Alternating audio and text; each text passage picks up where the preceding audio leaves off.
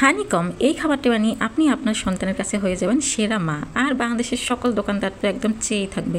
So hello everyone, আসসালামু আলাইকুম। কেমন আছেন সবাই? চলে আসলাম নতুন একটা ভিডিও নিয়ে।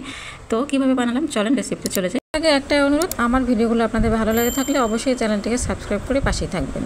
এখানে আমি পরিমাণ মতো ময়দা নিয়ে নিয়েছি, তারপর 1 চিমটি লবণ দিয়েছি, তারপরে পরিমাণ মতো চিনি দিয়ে নিয়েছি। আপনারা যেরকম মিষ্টি খান সেরকম দিয়ে দিবেন। তারপরে 1 চামচ ভালো ইস্ট নিয়ে নিয়েছি। এখন সবগুলো উপকরণকে আমি শুকনো উপকরণগুলো মাখিয়ে নেব। তারপরে এখানে দিয়ে দিলাম একটা ডিম ভেঙে। এখন ডিমের সঙ্গে ময়দাটাকে ভালোভাবে মেখে নেব।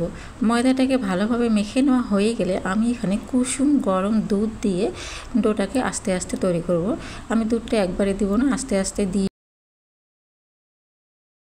একটা মসৃণ ডো তৈরি করে নেব। আমি আরও বলতেছি, দুধটা কিন্তু কুসুম গরম হতে হবে, ঠান্ডা দুধ দিলে কিন্তু হবে না। একটু গরম থাকা অবস্থায় দিলে হবে, ইস্টটা তাড়াতাড়ি অ্যাক্টিভ হয়ে যাবে। এই যে আমি সবগুলোকে সুন্দরভাবে একটা মাখিয়ে নিয়ে সফট একটা ডো তৈরি করে নিয়েছি। এখন উপর থেকে আরেকটু তেল ব্রাশ করে দিয়ে আমি এটাকে ঢাকনা দিয়ে রেখে দিব আধ ঘন্টার জন্যে। আর এই ডোটাকে একটু গরম জায়গায় রাখার চেষ্টা করবেন, তাড়াতাড়ি ইস্টটা অ্যাক্টিভ হবে। ইস্টটা অ্যাক্টিভ হয়ে গেছে, আমি আধ ঘন্টা পরে ফিরে আসলাম। এখন আরেকটু খাবার তেল নিয়ে আমি ডোটাকে আরেকটু মথে নিব। মথে নেওয়া হয়ে গেলে আমি চলে গেলাম পিঁড়িতে। এখন আমি ডোটাকে হালকা হাতে আরেকটু মেখে নিব। তারপর এটাকে আমি লেচি কেটে নেব, মানে আমার সাইজ অনুযায়ী আমি এটাকে ভাগ করে নেব যে কয়টা আমি বানাবো। তো এই যে এইভাবে করে আমি এটাকে ভাগ করে নিচ্ছি। সবগুলোকে আলাদা করে নেওয়ার পর এখন আমি আরেকটু শুকনো আটা দিয়ে এটাকে আস্তে আস্তে 2 হাত দিয়ে ঘুরিয়ে ঘুরিয়ে লম্বা একটা দড়ির মতো করে নেব। তারপর এভাবে হাত দিয়ে পেঁচিয়ে দেব। ব্যাস, এর শেপটা কিন্তু দেওয়া খুবই সহজ, যে কেউ দিতে পারবেন। আমি সবগুলো এভাবে করে নিয়েছি। আপনারা দেখেই বুঝতে পারতেছেন এটা করা কিন্তু অনেক বেশি সহজ। এইভাবে করে আমি সবগুলোকে তৈরি করে নিয়েছি।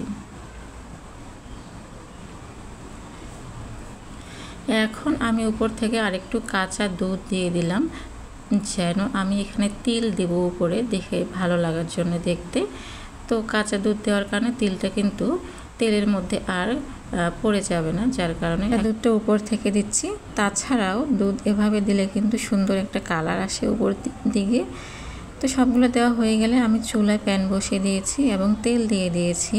তেলটা খুব বেশি গরম করব না, তেল দিয়ে 2-1 মিনিট পরেই কিন্তু আমি সবগুলো হানিকমগুলোকে তেলের মধ্যে ছেড়ে দিলাম। দেখতেই পাচ্ছেন তেলটা কিন্তু খুব বেশি গরম হয়নি, এখান থেকে কিন্তু খুব কমই বুদবুদ উঠতেছে।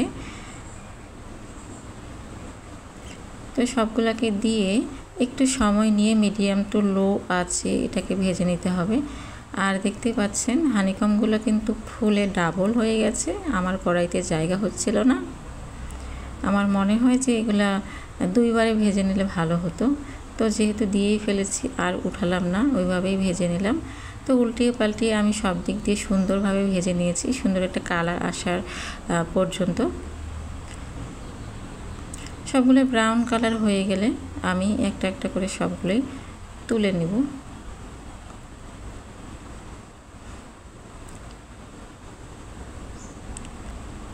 একটু সময় নিয়ে এই কাজটা করতে হবে, খুব বেশি জালটা বাড়িয়ে দিলে কিন্তু পুড়ে যাবে উপর থেকে, আর ভিতর থেকে কাঁচাই থেকে যাবে। তো মাশাআল্লাহ সবগুলোই হয়ে গেছে, কালারও সুন্দর আসছে আর অনেক ফুলেও গেছে। এখন আমি সবগুলোকে নামিয়ে নিয়েছি। তারপর উপর থেকে আমি একটু মধু ছড়িয়ে দিলাম, যেহেতু এটার নামই হানিকম, একটুখানি মধু না হলে তো হবেই না।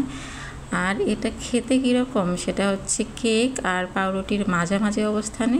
উপর থেকে হানিকমগুলো দেওয়ার কারণে আরও বেশি মজা হয়। বাচ্চারা তো কি, এটা দেখে আমার নিজেরই অনেক লোভ লাগতেছিল। খেতেও একদম অসাধারণ বেকারির মতোই হয়েছে, নরম তুলতুলে। তো কেমন লাগলো আজকে আমার এই ভিডিওটি? ভালো লাগলে অবশ্যই লাইক কমেন্ট শেয়ার করে পাশেই থাকবেন। ধন্যবাদ সবাইকে, আসসালামু আলাইকুম।